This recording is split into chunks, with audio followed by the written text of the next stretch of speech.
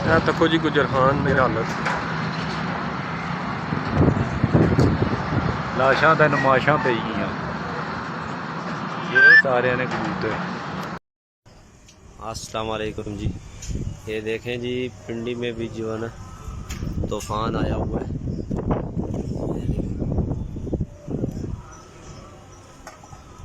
पिंडी में भी सख्त तूफान है।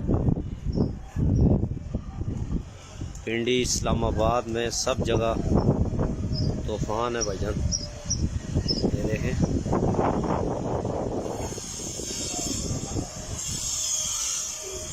कितना तूफान है।